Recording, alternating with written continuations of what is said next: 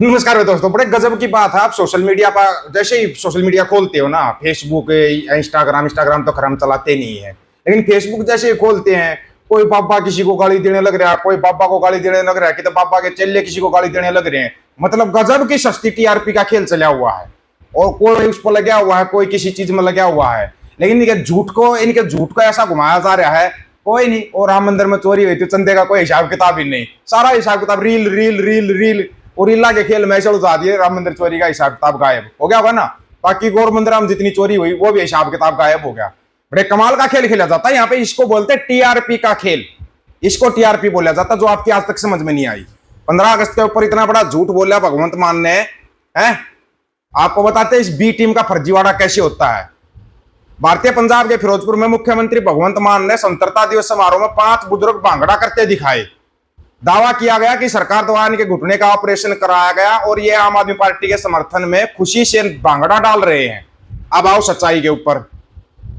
पंजाबी पत्रकारों ने B team को सारे राह नंगा करके बता दिया कि ये सब सरकारी कर्मचारी है और इनका ऑपरेशन तो क्या कभी फोड़े फुंसी का इलाज भी नहीं होया।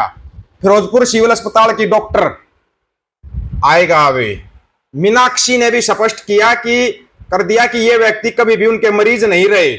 गजब के कॉमेडियन इकट्ठे करके भारत में सरकारें चलाने के लिए नियुक्त किए गए हैं। फिर भी मेरा भारत महान है, क्योंकि बेटों का बुद्धि से कोई काम ही नहीं होता। भेड़ है, मंदबुद्धि भेड़ है, मंदबुद्धि बेटों को कैसे भी चला लो। नहीं तो राहुल गांधी इतना खुलकर बोल रहा है, इतना खुलकर पहले कभी बोलता देखा था क्या? एक देश के प्रधानमंत्री को ऐसे बोल रहा, मेरे को क्या पता भाई, वो तो अंधभगत देंगे इसका जवाब। बात करता हूं नरेंद्र मोदी से, फोन लगाता हूं, तो जब नरेंद्र मोदी फोन उठाते हैं तो मुझे कहते हैं yes sir, yes sir. Hindustan का प्रधानमंत्री, देखो यस सर, मैं आपके लिए क्या कर सकता हूं।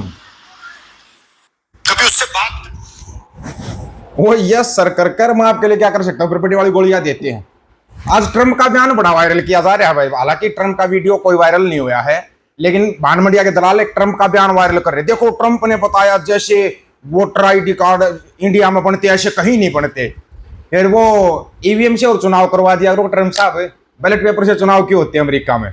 अगर यही सब है तो फिर अमेरिका में बैलेट पेपर से चुनाव क्यों होते हैं?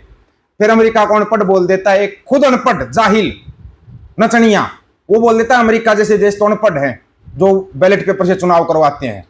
इंडिया में 15,000 सिखों की आबादी है, 15,000, 13,000 वोटिंग होना मायने रखता है। जहां पर सिखों की आबादी फुल होगी, अगर वहां पे वोटिंग करवा ली तो एक ही दिन में धुआं निकल जाएगा सबका। एक ही दिन में यूएनओ नाटो तक धुआं निकल जाएगा सबका। बाकी यूएनओ नाटो में तो आवाज उठी चुकी है। फुटबॉल का मैच था, वो भी 6-0 से जीत लिया। कमाल ही हो गया। ये तुम्हारी समझ में ही नहीं आ रहा कुछ। पता नहीं आप लोग कौन सी दुनिया में चले हुए हो। जो मुद्दे होते हैं, बंदी सिंह गिरियाई का मुद्दा उठा दो, ये बिलों से बाहर निकल कर आते, सारे सांप सपलोटिया बिलों से बाहर निकल कर आ जाएंगे। कैसे उन हत्यारों को छोड़ा जाए, कैसे छोड़ा जाएगा? राजीव गांधी प्रधानमंत्री नहीं था क्या? उनके हत्यारों की बिल्कुल सजा माफ, और वो आराम से अपनी नौकरी भी कर रहे हैं, अपने घर पर अपने परिवार के साथ रहते हैं। सिर्फ सिखों का ही परिवार नहीं होता। एक गुरु ग्रंथ साहिब के खिलाफ, गुरुओं के खिलाफ गलत बोलता था, गुरुबाणी के खिलाफ गलत बोलता था, वो बंदा बाहर बैठे बैठा जमानत के कागज साइन करके भेज देता, उसकी जमानत हो जाती है हाथों हाथ। क्यों? क्योंकि वो पंडित था, इसलिए उसकी जमानत होगी। पंजाब में ही है, किसी सिख की ऐसी जमानत होती देखी आपने? पर सिखों के नाम पे पर्चे दर्ज हो रहे हैं, मोहाली मोर्चे वाले भी पर्चे दर्ज हो रहे हैं, सुनने में आया काफी पर्चे दर्ज हो रहे हैं, और नामबाज करते जा रहे हैं, पर्चे दर्ज हैं। ज्यादा पर्चे मत खेलो। ये पर्चे में घने खर्चे होते देखे हमने। पर्चा में खर्चे भी हो जाया करें और कोई खर्च भी हो जाया करे, ये भी सोच लेना चाहिए।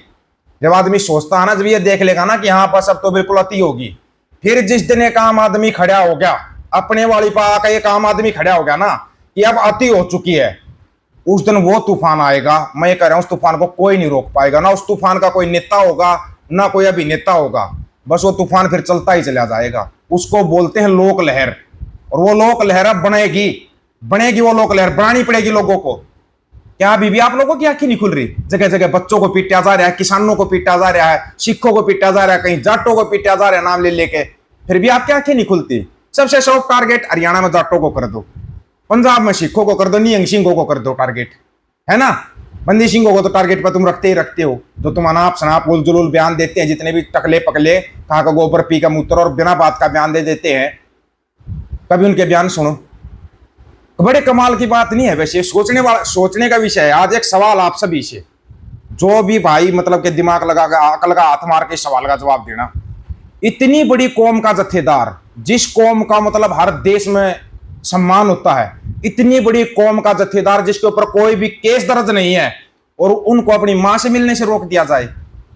कभी अकल का हाथ मारा भाई सिंगो, कभी अकल का हाथ मारा?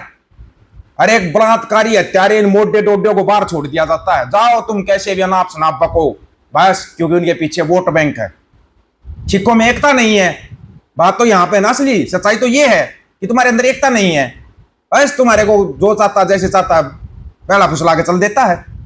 ये है असली समस्या की जड़। जब तक इस जड़ को नहीं पकड़ोगे ना, तब तक आप लोग कामयाब नहीं हो, और ना ही हो पाओगे कामयाब। ये भी गारंटी दे रहे इस बात की, कामयाब भी नहीं हो पाओगे। अगर कामयाब होना है तो सबसे पहले अपनी एकता बनानी सीखो। हरियाणा की तो खासियत अभी 10 बंदे आने की जगह छोड़ दो, 10 बंदे इकट्ठे बिठा दियो, 10 के अलग अलग चौधरी बने पाओगे। वो एक दूसरी लैंड का चौधरी पाओगे, एक दूसरी लैंड का, एक तीसरी लैंड का, एक चौथी लैंड का चौधरी बन जाएंगे 10 के 10। काम करनी है फिर उनमें तो कोई भी नहीं पाओगा। पहले सिखों में ये था भाई ठीक है, एक अपना नेता बना लिया, बाकी सब काम करने वाले थे। अब सिखों में भी धीरे धीरे ये बात आने लगी ना, चौधरपने का फार्म भरना है। वहां मोहल्ली मोर्चे पे थे, बहुत सारे साथियों ने भाइयों ने बोला था कि दीपक फौजी को माइक पर बोलना चाहिए। बोला था ना, बहुत सारे साथी कमेंट करके बता सकते हैं जो वहां मेरे साथ मोहल्ली मोर्चे पे थे। मैंने क्या बोला था? हम किसी माइक के मोहताज नहीं है, माइक के मोहताज नहीं है। अपने भाइयों से वादा कराया था कि मोहल्ली मोर्चे पे आएंगे तो आए। अपने भाइयों से वादा है अगला जो मोर्चा लग रहा है उसमें आएंगे तो आएंगे, फिर चाहे गोले पड़ो, गोली चलो, आंधी आओ, तूफान आओ, कुछ भी आओ, भाइयों के साथ रहेंगे, साथ रहेंगे भाइयों के। लेकिन अब की बार पूरा प्रबंध करके, अब की बार प्रबंध करके, ऐसे बिना प्रबंध के नहीं, पूरा प्रबंध करके। और जो आपको बताया था ना, नमक साथ रखना, गीला कपड़ा साथ रखना, ये बिल्कुल साथ रखना। और हो सके तो दस्ताने ग्लाउज नहीं होते जो ग्लाउज हाथों में पहनने वाले, वो लिया हो तो ऐसी कोई बात नहीं, क्योंकि जो आंसू गैस के गोले आपके ऊपर छोड़ जाते हैं उनको उठा कर वापस फेंक सकते हो आप। उसके लिए दस्ताने पहन कर रखना, नहीं तो आपके हाथ छिल जाएंगे। वो दस्ताने पहन कर रखना जो वॉलंटियर हो कि भाई यहाँ मेरे को गोला उठा कर वापस फेंकना है। मुंह पर गिल्ला रुमाल बांध कर रखना। आंखों के लिए चश्मा रखना, चश्मा जरूर रखना ताकि डायरेक्ट धुआं आंखों में ना जाए। ये चीजें, इन चीजों का प्रबंध करके रखना। आपको जल्दी बता दिया जाएगा कब मार्च होना है। हाँ, ये मार्च होना थोड़ा पंजाब की तरफ, अंदर की तरफ, पंजाब में अंदर की तरफ मार्च होगा। एक बार भगवंते से भी तो मिलकर आना है ना, उसे भी मिलना जरूरी हो गया है। वो पंजाब से बाहर नहीं आ पा रहा है ना, फिर हमारा नायब सैनी साहब भी मिल जाए हमारे को पंजाब के अंदर, मिल सकता है कहीं ना कहीं किसी न किसी रास्ते पे।